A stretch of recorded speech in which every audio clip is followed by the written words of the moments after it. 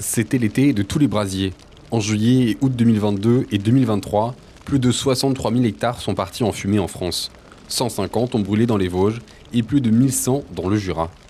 Des événements tragiques qui ont particulièrement marqué les soldats du feu. Au moment où je vous parle, au dernier point de situation du poste de commandement opérationnel. Alors, pour ne pas revivre cette situation, les sapeurs-pompiers de la Meuse s'entraînent désormais chaque année pour être prêts en cas d'incendie de forêt. Aujourd'hui, l'exercice mobilise 150 pompiers, mais aussi les services de l'État. On est dans un département qui est dimensionné par rapport aux risques que connaît le département.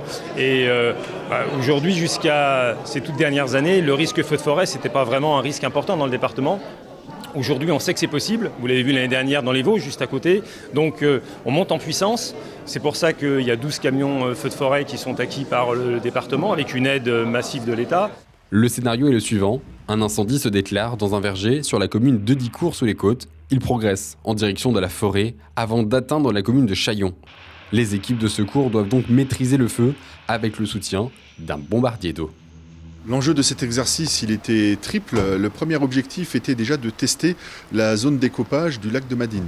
Ce test avait pour vocation de valider le lac de Madine comme un point sur lequel pourront se ravitailler les Canadair en cas de besoin lors de sinistres réels sur le département.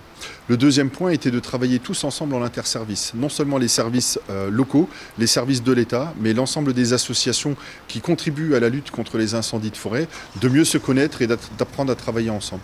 Et enfin, le troisième point était de travailler en coordination sous la tutelle de la zone de défense Est pour assurer la coordination entre les moyens du département de la Meuse, mais des départements voisins qui sont venus en renfort. Sur le terrain, des agents de l'Office national des forêts ont également été mobilisés. Leur expertise est précieuse pour les pompiers.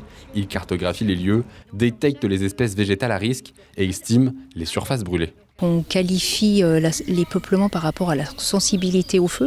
Alors on fait à différentes échelles. Là, c'est une carte au niveau de la Meuse. Après, on redescend vraiment au niveau des massifs forestiers que l'on gère.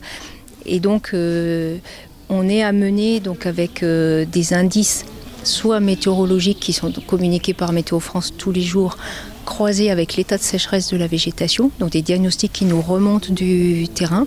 On croise les indices et on est amené à différentes mesures, à prendre différentes mesures en fonction du risque en fait, qui apparaît par rapport à un départ de feu.